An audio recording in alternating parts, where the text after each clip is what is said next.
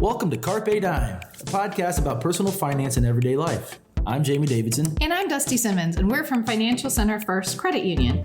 Thanks for spending your free time listening to us talk about how life and family affects us achieving our financial goals. Right. So what are we talking about today, Jamie? Well, today we're going to talk about cutting the cord. Ooh, what kind of cord are we talking about? Electrical, phone, please tell me it's not umbilical. Well, it's kind of close. It's we're talking about cutting that money cord to your grown adult kids. Ooh, so this could be a hard podcast for either some parents or children to listen to today. Some uneasy conversations taking place today. Gotcha. So, how many of you out there are guilty of still paying your grown children's bills? We're waiting for you all to raise your hands here. Virtual hands there. I mean, you'd really be surprised how many parents are still paying their children's bills. And it's time to talk about cutting the cord. I mean, we're talking about they're paying cell phone bills, insurance bills, all kinds of bills. And you're going to be amazed when you find out what we're going to talk about here. Yeah. So at some point, you got to cut the cord, right? And today we're going to talk about when that time is right. Well, yeah, we want to cut the cord and kick their butts out of the nest, right? Well, Jamie does. Get out. Go. Get. All right. So how we always do, we always start with some facts so that you guys can kind of be aware of why we chose today's topic and where we kind of are. So this is the first one that we found. A report from Merrill Lynch and AgeWave found that parents are spending, and you guys are going to be staggered by this, $500 billion on their grown kids aged 18 to 35. And that's scarily double what they're putting towards their own retirement. Yeah. How about that for Yikes. some numbers? Yeah. Mm-hmm. Yikes. And to put that in perspective about how many people that is, a recent survey by Bankrate.com found that 51% of Americans are sacrificing their retirement savings to free up money for their adult children. I tell you, folks, I don't know what you're doing out there, but 51% of you, we need to sit down and have a hard conversation, which we're going to have today, a few hard conversations. And I think you had one more fact, didn't you, Dusty? Yep. And according to the study, 79% of parents are helping their adult children in some financial way. And, that could be anything from helping pay for a wedding, a cell phone bill, paying for groceries, all kinds of different things. Wow, man, I need to get on board with this. Nobody's buying me anything. I call my parents and say, hey, will you buy me some groceries? That's kind of interesting because I do kind of think this is a generational thing. Jamie and I are both Gen X, and that's not really something that parents did for kids a generation ago. It's really something that we as Gen Xers are doing for our kids. Not necessarily a bad thing, but there is a time to say enough's enough. That's correct. Right. And so we're going to start out today. We're going to talk about 8 items that parents continue to pay for way too long for their children. Okay. So you ready? What is number 1, Dusty? Monthly cell phone bill. And, honestly, I can see why this one happens because, these cell phone companies have figured out a great marketing strategy. And as a good marketer, I can appreciate this. Right. Add that extra line and we'll only charge you an extra dime. Not really a dime, but you know what I'm saying. I mean, and I have a 14-year-old and that's where we've started, right? That's how they get you. Yeah, it's cheaper if you just add a line. Yeah. Yeah. No, don't do it. It's time to cut it. Don't do it. Well, do it. But then when they hit a certain age, decide that it's time to cut them off. Right. Yeah. No, it's time to have the conversation. And I get it when they're in high school and even when they're in college but we finally get to that point where it's time to have the conversation, because if you've got more than one kid, that's an extra 20 here, an extra 20 there. With me, I have 3 kids. That'll be an extra 60 a month. I can do something with that $60. Right. So we're going to have that conversation.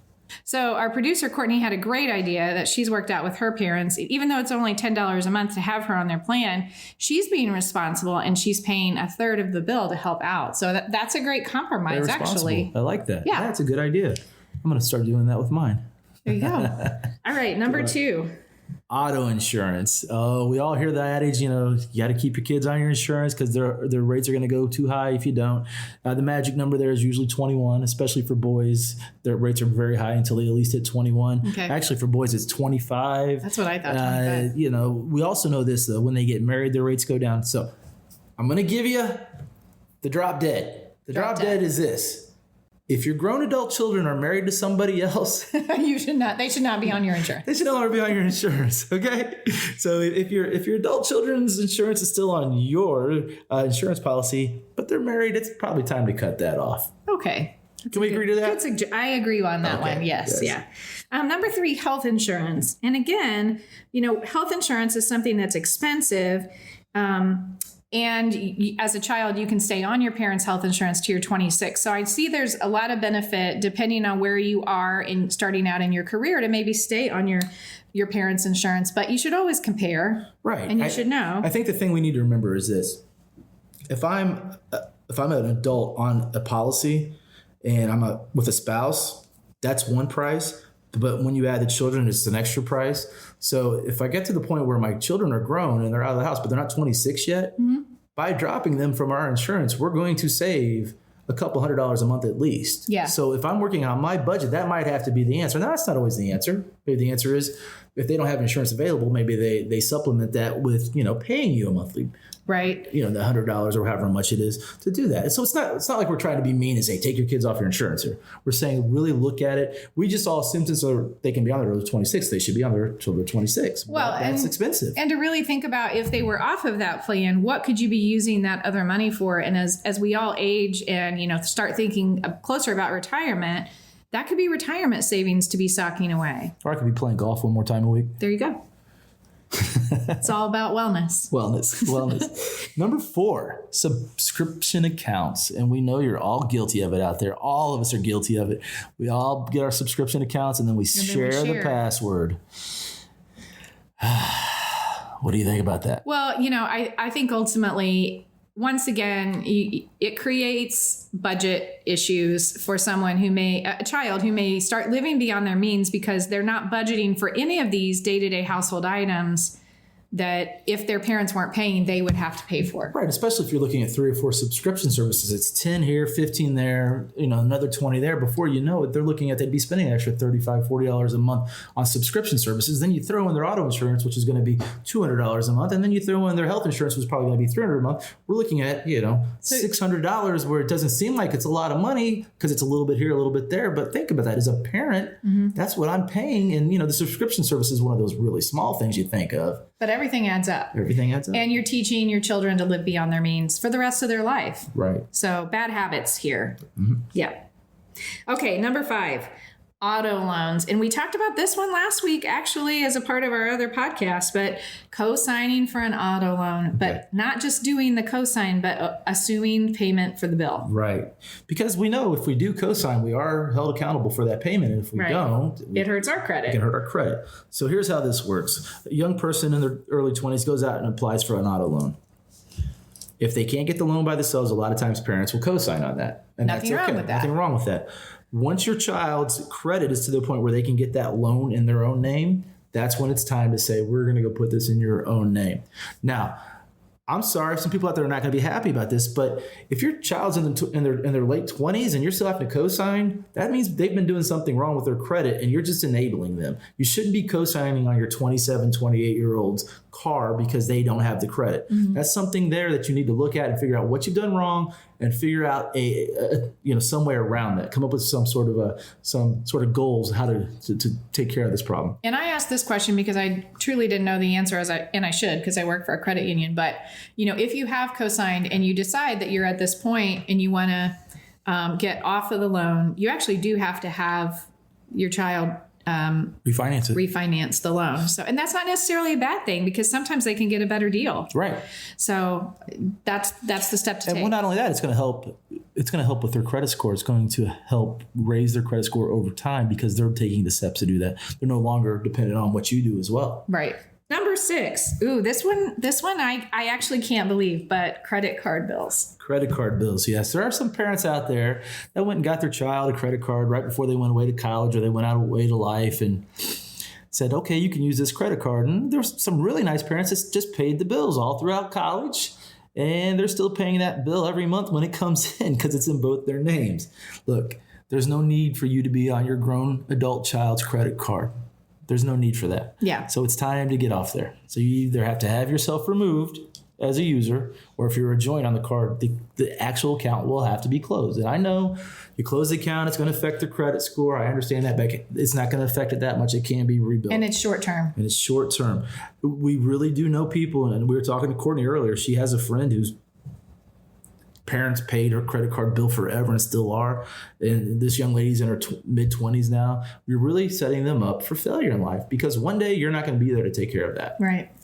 Oh, there's a big one, Dusty. Number 7. Tell us about number 7. Rent or mortgage. If your grown child moved out on their own and got an apartment or got a house, we should have sat down and done the budget beforehand.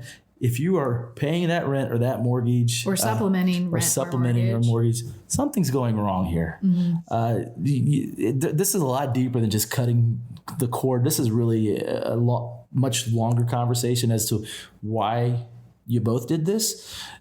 Bad decisions Bad on both decisions parties. on both parties, yes. Because if the young person could not afford the rent on the house or the mortgage on the house, then it never should have been put in their name. Right.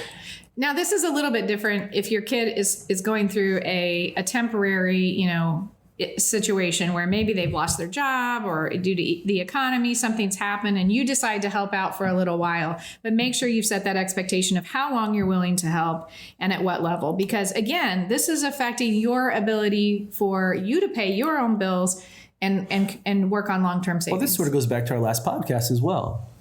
It becomes a crutch. I know a particular person for the last 20 years, whenever they're 3 months behind on the rent, there's a phone call to somebody in the family to help out with that. And that person knows deep down that if they get that far behind, that other person's going to bail them out. Mm-hmm. So the person I'm talking about is now in my age and still going to grown adults for crutches. To take care of things, and it's not fair. It's really not. And it's what it did the first time they did this, because there was an emergency. It created that process of, anytime something goes wrong, I can go back to this place and get this taken care of.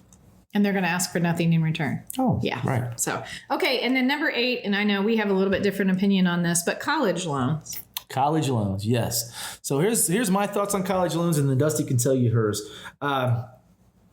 I believe, so some of us as parents have to co-sign on college loans, depending on how much the college loan is. This has to be a discussion with your children before you do this, what the expectation is. In our household, any co-signing that I've done will be transferred over to them when they graduate. Within 6 months of graduation, they will take control of their college loans. Yeah. So that is the expectation. Now, I've been paying on one of them every month because I wanted to help out that way. But the expectation is college is your responsibility. I provide you with room and board, and you get to enjoy your Starbucks, but not while I'm paying college. Not just, me paying college loans doesn't make it so you can go get used to getting Starbucks every day. Right. So with my children, I've got an amount that I will pay for, and if I have to take a loan for it, I'll do that. But everything after that is their responsibility. Yeah, no, I actually think we are on the same page, because my whole thing was have the conversation beforehand, let them know what you're going to pay for and what you're not. But on the flip side of that, when you find out, or if you find out your kid's behind on college loans, that's a bad habit to say, I'm going to take those over for you, or you're never going to get rid of them. Right. And, the other thing we have to talk about, we're going to talk about this here in a minute, is actually the steps of doing these things. Yeah. So many young people go through college and they don't really see those loans. Or they see them, but they don't really pay much attention to them. You don't really start paying on them until 6 months after you graduate. What I would recommend you do when it comes to college loans is you actually review them every year together as a parent and say, this is how much you've accumulated so far. When you get out, 6 months after you get out, they're going to expect you to pay X amount of dollars, because you're really setting them up for failure if they don't realize that. And I know you do that with your daughters. I think that's a really responsible and good conversation to have, because they know what they're getting themselves into as well. Yeah, I hope they do. I think they do. Mm-hmm. If not, I guess they'll find out the hard way. Okay, so now we've talked about the things that parents typically do help pay for. And, if you're sitting there thinking to yourself, oh my gosh, this is me, and I'm ready to start taking some of those steps to get out of this. You're out there. Give us a call. We're going to give you some tips here to help you have that conversation and move on to the next phase of relationship. Yeah, so we want to adult to adult. Right. Yes, so we can respect each other as adults. Right. We're no longer the parent over the child and vice versa. So we're going to talk about how to help your child become financially responsible and how to have that conversation. So the key here, and we talk about this all the time, but it's really about starting at a young age and creating good saving habits, good spending habits, knowing the difference between wants and needs. Mm-hmm. A lot of times what happens is we don't talk about this at all. The next thing you know, our young child is now 18 or 21 or 25, and we've been paying for everything. And now they want now you want to have the conversation for them. They feel like you're just pulling the rug out from underneath them. Right. So we came up with a 5-step plan Okay. of what we want to discuss about this. And knowing that it doesn't all have to happen right away. It is a process, right? It is a process. It really is.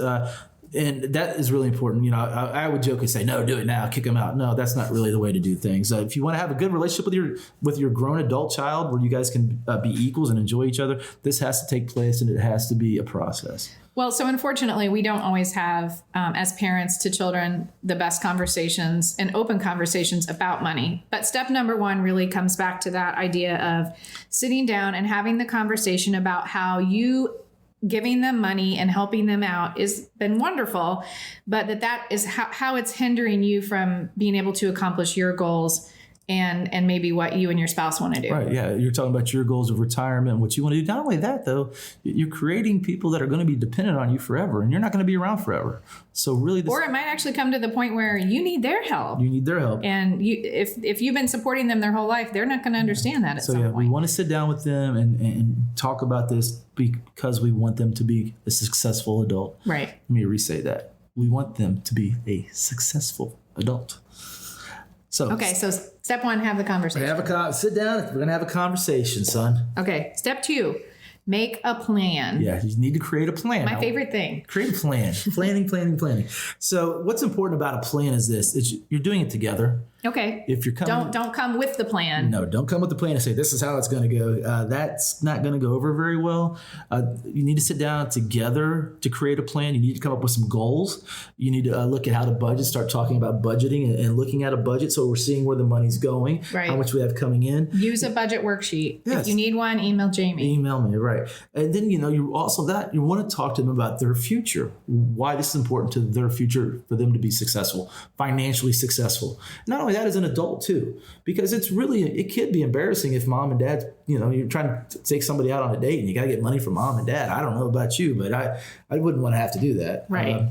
So we're going to sit down and we're going to create that plan together. Make sure there's input from everybody that's involved. And this is important too. If you're in a relationship with an ex-spouse or a spouse, we all got to be involved in this, because if it's just one and the child and the other one's not involved, you're going to see some leakage issues there. You're going to see maybe a little pushback. Yep. Okay.